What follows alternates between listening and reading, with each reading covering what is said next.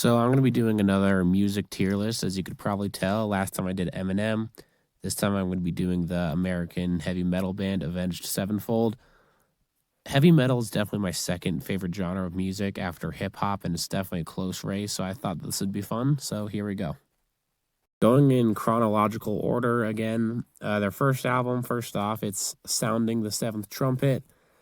This is D tier. It's their only D tier album. I feel like D might be a little too harsh, but it makes the tier list more interesting. So whatever. I don't know how to. It's not like terrible, but it's more just why would you listen to this? There's not really anything good on it, like at all. There's just nothing that good on it. And the vocals sound like if death metal was being sung by a 12-year-old. You can't understand them, and they're kind of high pitched and annoying. It's just not. It's not like terrible. Again, it's not bad, but it's far from good. Definitely their worst album. I'm pretty sure that's like unanimously considered the worst album by everyone. So yeah, that's their the only D tier entry. Okay, so next up, their second album is Waking the Fallen. I've learned that this is actually considered their best album by a surprising amount of people, and a lot of people seem to really like it. I am not one of those people. This is C tier, like C, maybe C plus if I'm being really generous, but C tier. It's still screamy, but he just sings normally most of the time, so that's good. Again, he still kind of just screams a lot, which is kind of annoying. I'm just not that big into metalcore. Like their first two albums were very metalcore-y. I don't like metalcore that much. It's too screamy and too emo for me. And it's something if metal music is too emo. But again, it's not a bad album. Unholy Confessions is a pretty good song. So yeah, it's perfectly average, fine album. Nothing bad on it, nothing amazing. It's just there. Okay, so next up, their third album and major label debut, City of Evil. This album's actually pretty good. I actually quite like this one. I'd say like B tier, maybe B plus. Yeah, it moved away from the metalcore sound of their previous two albums, which again I like because I don't like metalcore. Just had a more standard heavy metal sound. Kind of had like elements of thrash metal and power metal in it, which is pretty interesting. And I mean, I really like the cover art. It seems super cool. Like the sound of the music, it sounds like the cover art, if that makes sense. I don't know. One thing that is worth noting of this, the drums on this album sound like a cowbell for some reason, unless there is just a cowbell there, but like it's kind of weird. It's not annoying or overbearing. It's just something weird that I like pointing out.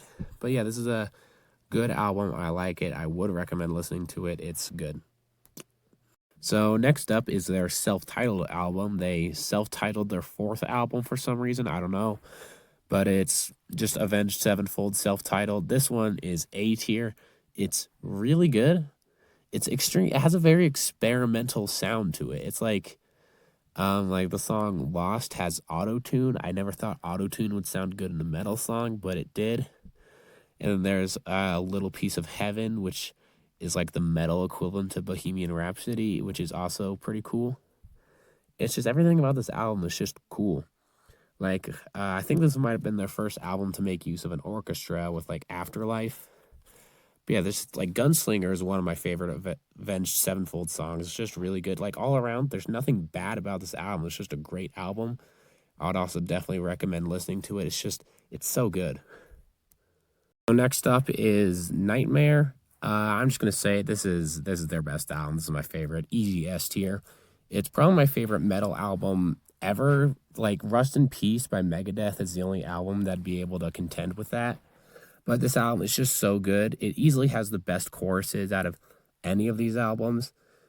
The production on all the tracks is really great.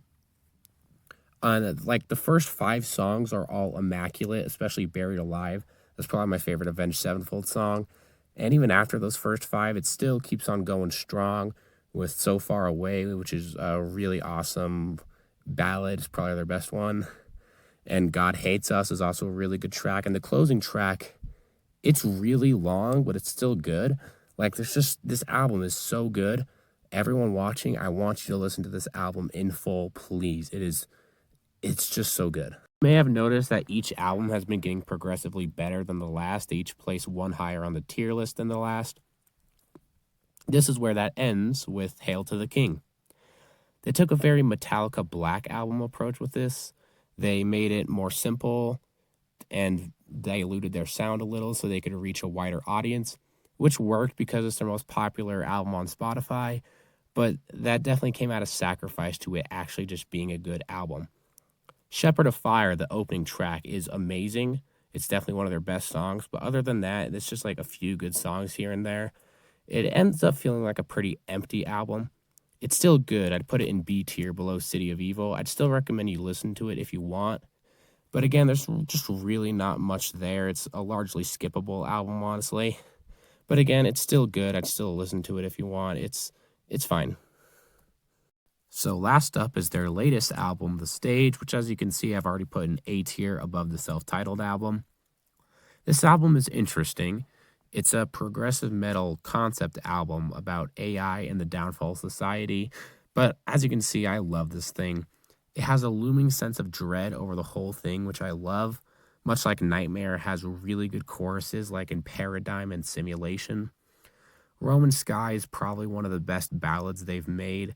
And it's just an experience. That's the best way to describe it. This album is an experience. Some of the songs are kind of long, like the title track is like 8 minutes and the closing track is like 15, but they're still both really good songs.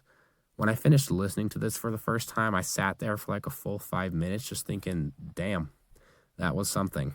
And yeah, it is something. Easily their second best album, almost up there in S tier, just doesn't quite have that punch it needs to be in S tier. So please also listen to this album. It's so good. So that's all the albums they've released so far. They haven't really done anything since the stage released besides release NFTs, which fucking sucks. But they're planning on releasing a new album in 2023, which I am super hyped for, and I might make a new one of these just to accommodate that. But I hope you like the tier list. I might do more of these in the future. Like I said, I'll do a Kendrick Lamar one. That one might come soon. Anyways, that's it. See ya.